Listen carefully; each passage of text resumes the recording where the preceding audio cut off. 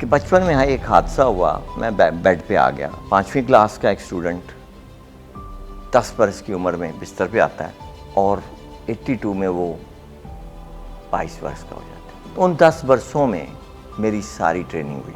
کس نے کی؟ پاکستان ٹیلی ویژن ایک چینل. وہاں پہ بہت ادبی اور علمی پروگرام آتے تھے، وہ میں دیکھتا تھا. اور نثر میں مجھے جس نے سب سے زیادہ امپریس کیا ایز اے رائٹر وہ منٹو تھا، کیونکہ وہ بات جو ہم سوچتے ہیں نا وہ لکھ گیا. انسانیت سے محبت، انسان کی عزت کرو، یہ تمیز مت کرو کہ وہ کس دین، کس مذہب، کس فرقے، کس علاقے کا ہے.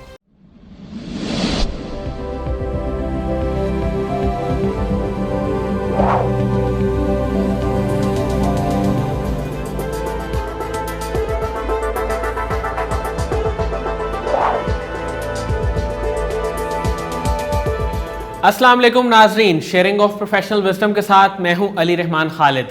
آج جو مہمان ہمارے ساتھ موجود ہیں یہ ایک مصنف ہیں، شاعر ہیں، اور ان کی خاص بات یہ ہے کہ وہ علم جو ہمارے ادیب اور شعراء حضرات کے پاس تھا، جیسے کہ واصف علی واصف، اشفاق احمد بانو قدسیہ، یہ اس سے بھی فیض یاب ہوئے، اور جو ماڈرن علم ہے یہ اسے بھی حاصل کرنے کی جستجو اپنے اندر رکھتے ہیں.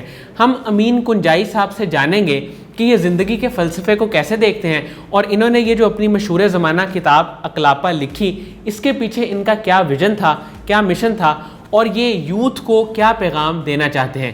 آئیے ان سے ملاقات کرتے ہیں اور جانتے ہیں. بہت بہت شکریہ امین کنجائی صاحب آپ کی تشریف آوری کا، آپ نے ہمارے لیے خاص وقت نکالا.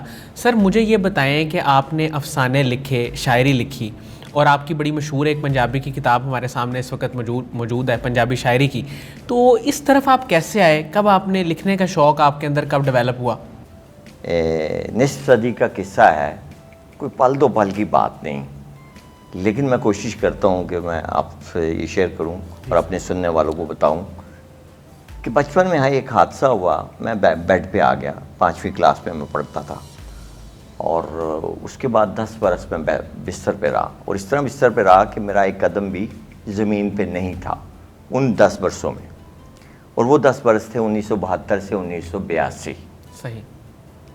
5ویں کلاس کا ایک اسٹوڈنٹ 10 برس کی عمر میں بستر پہ آتا ہے اور 82 میں وہ 22 برس کا ہو جاتا ہے. 20 برس کا، 10 برس. اور ان 10 برسوں میں میری ساری ٹریننگ ہوئی. کس نے کی؟ پاکستان ٹیلی ویژن ایک چینل جو 5:30 بجے شروع ہوتا تھا، بصیرت سے فرمان الہی پہ 11 بجے ختم ہو جاتا تھا. سوموار کو چھٹی ہوتی تھی، منگل بدھ کو گوشت کی چھٹی ہوا کرتی تھی ان دنوں میں. وہاں پہ بہت ادبی اور علمی پروگرام آتے تھے، وہ میں دیکھتا تھا، ان سے سیکھتا تھا. وہاں پہ ہی پھر انٹلیکچوئلز ملے، سنے جو میں نے. ڈاکٹر اجمل صاحب ہوتے تھے پنجاب یونیورسٹی کے، سائیکالوجی کے بہت بڑے، ان کو دیکھا، ان کو سنا. ڈاکٹر نذیر احمد، یہ وہ بڑے لوگ تھے.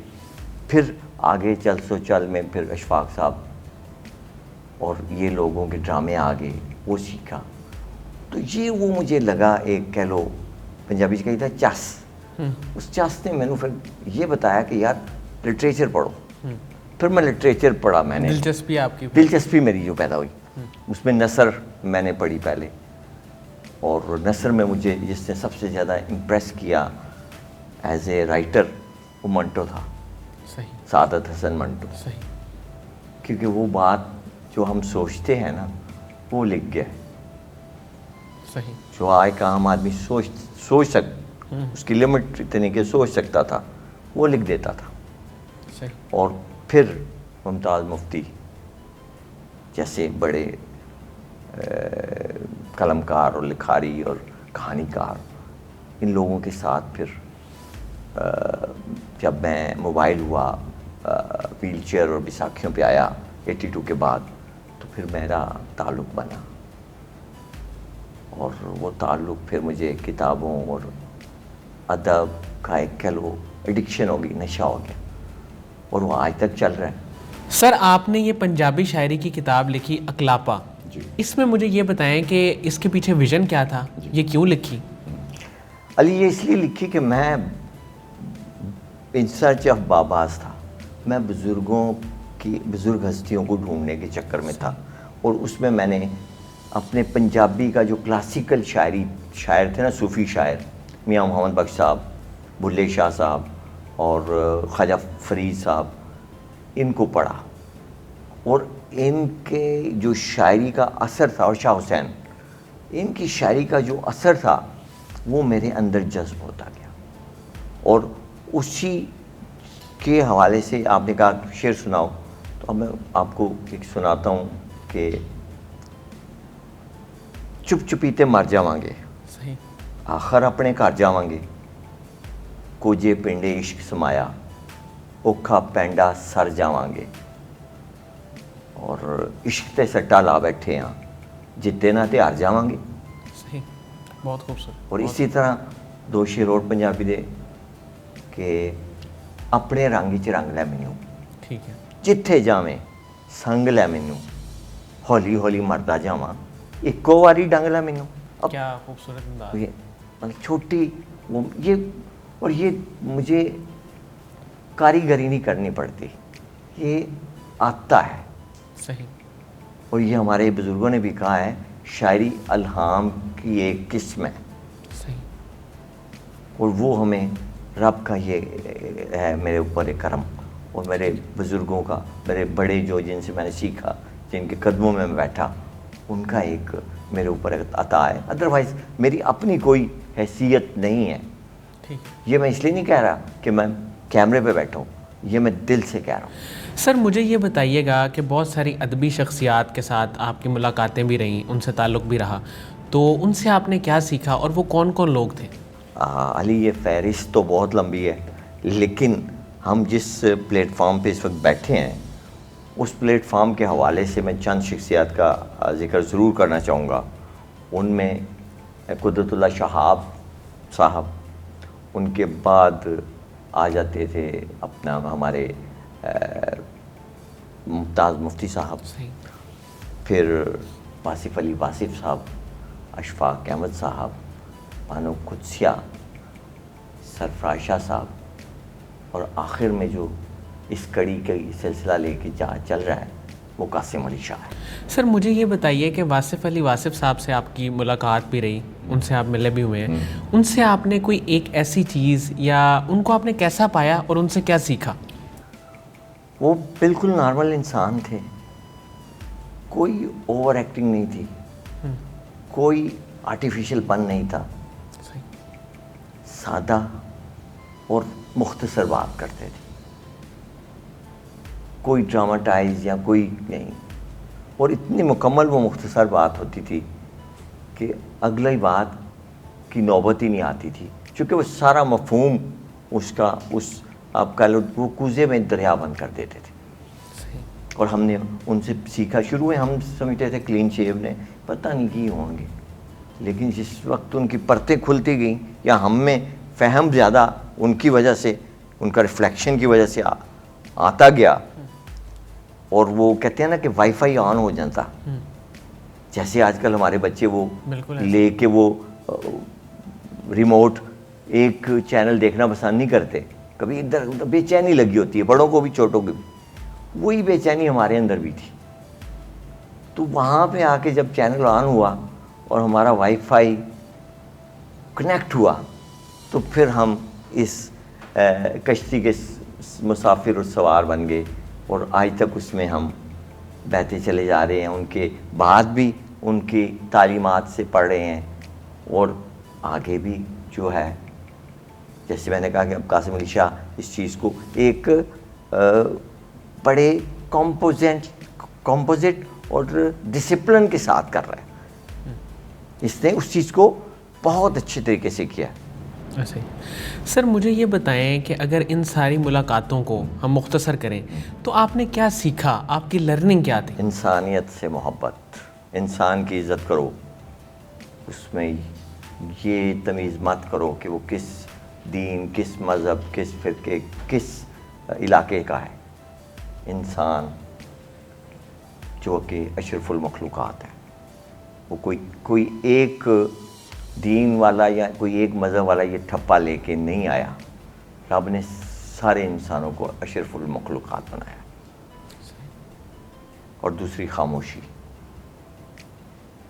اپنے اندر اپنے آپ نال گلاں کرنیاں, چپ چپیتے, کٹ بولنا,